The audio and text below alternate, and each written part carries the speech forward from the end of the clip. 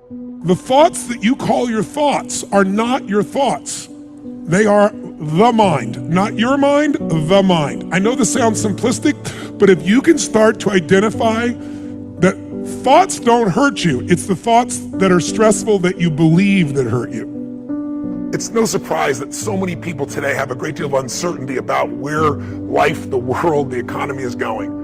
We're going through massive changes, and some of them are unprecedented. We haven't seen for 40, 50, 60, 70, 80 years. And yet at the same time, we inherently know that with all this change, there's opportunity, that there's a chance for our lives to be better than they've ever been. The transformations that are happening in science and technology can truly change the quality of our lives, the length of our lives, the way we experience life.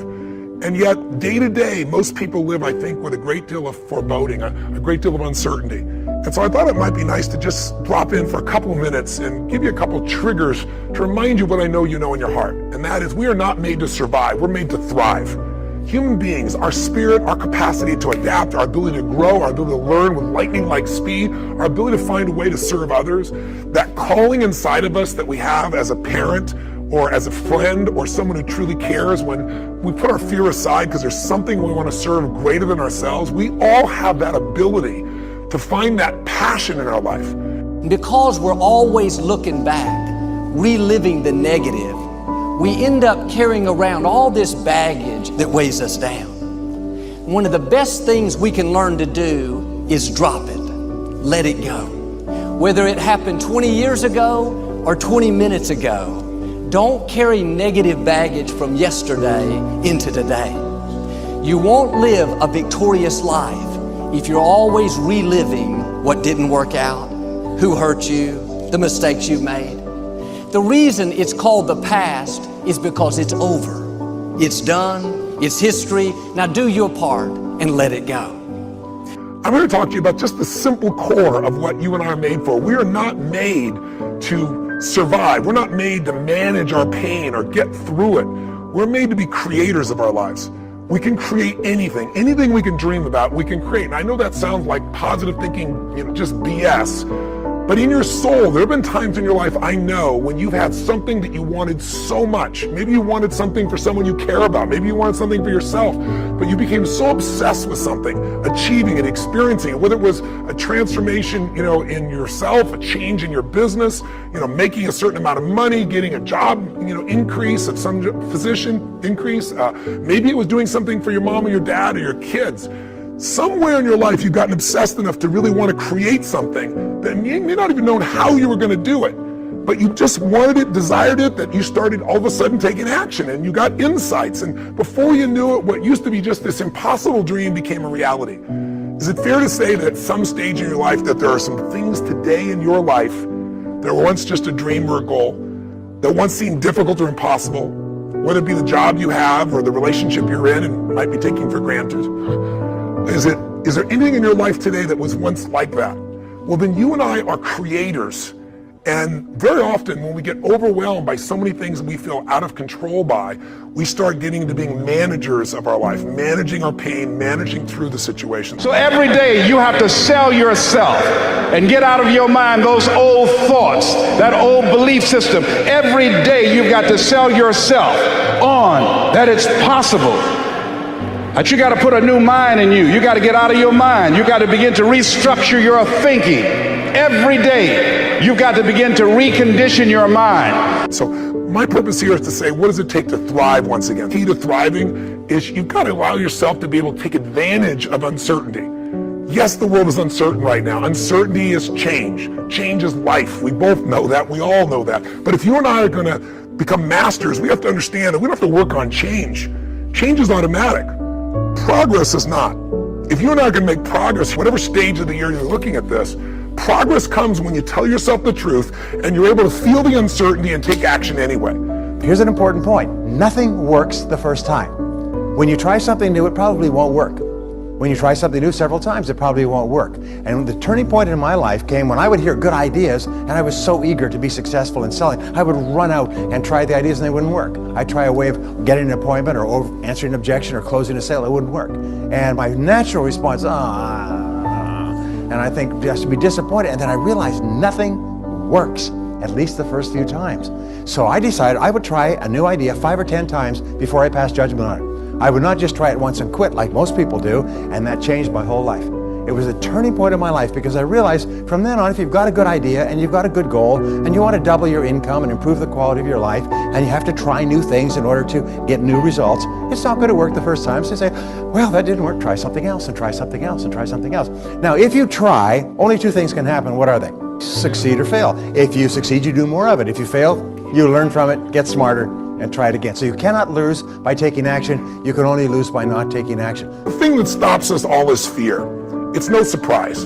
Fear of failure, fear of rejection, fear of the unknown, fear of not looking good. And that fear we could translate into the simple thing of uncertainty. Now, when you look at someone who's incredibly successful, you look at someone who's truly a leader in their life or in their field, the one thing they have in common is they exude this sense of certainty. And where's that come from? Is it inborn? Are they lucky? Are things just going their way? No, great leaders know how to step in the uncertainty and bring the certainty to the situation.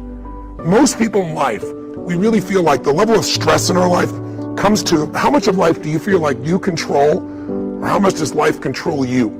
Do you tend to control more of what's going on, or events controlling you? It's very easy to have those events start to take control unless we take control of what's between our ears, our own mind. You see, what you and I focus on massively affects how we feel, whether we're thriving or surviving. If you focus on what you can't control, if you focus on the past, if you focus on what's missing from your life constantly, that pattern of focus will make you frustrated, overwhelmed, depressed. It won't even matter if you're, taking antidepressants. If you keep focusing on what you can't control, what's missing from your life, you're going to feel depressed still. You can take as many antidepressants as you want. Focus equals power. We've got to change ourselves. We've got to build a new image, a picture in our mind. We've got to see ourselves the way we want to be, and then we have to live with it.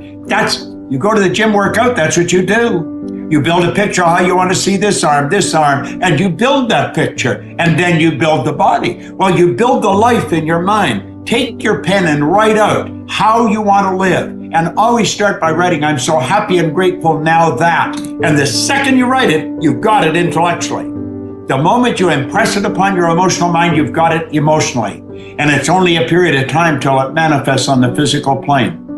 Spirit works from a higher to a lower potential. If you want to thrive, you got to focus on what you can control. You got to focus on the difference you can make. You got to focus on what's already in your life that you're grateful for. And I have a little process here at the end that's my gift to you, which is just a simple ritual that can bring you back to this place. So one thing that leaders do is they focus on the things they want, they focus on what they can control, they focus on what they have a combination of gratitude, strength, and commitment. They've really unleashed the second element. They have a vision. They have something that they're after, something they want to create, something they want to contribute, something they want to give, something they want to make happen. And that's when you become a creator again instead of a manager of life. And it's easy to lose that sense of vision in your life through disappointments. Hey, we've all had them. You get all excited about something and then, life seems to crush it. Somebody betrays you. You betray yourself. You don't follow through, and then you don't trust yourself at the same level. What makes somebody a leader is they build this certainty, and not only with focus, not only do they get a vision for what they want, but they bring that certainty in their body. Because the infinite player understands sometimes you're ahead and sometimes you're behind. Sometimes your product is better and sometimes it's worse. The goal isn't to be the best every day. The goal isn't to outdo your competition every day. That's a finite construction. Finite players play to beat the people around them. Infinite players play to be better than themselves. To wake up every single day and say, how can we make our company a better version of itself today than it was yesterday? How can we create a product this week that's better than the product we created last week? We also have to play the infinite game. It's not about being ranked number one. It's not about having more followers on Twitter than your friends. It's not about outdoing anyone. It's about how to outdo yourself. It's about how to make sure that the work that you're producing is better than the work you produced before. You are your competition.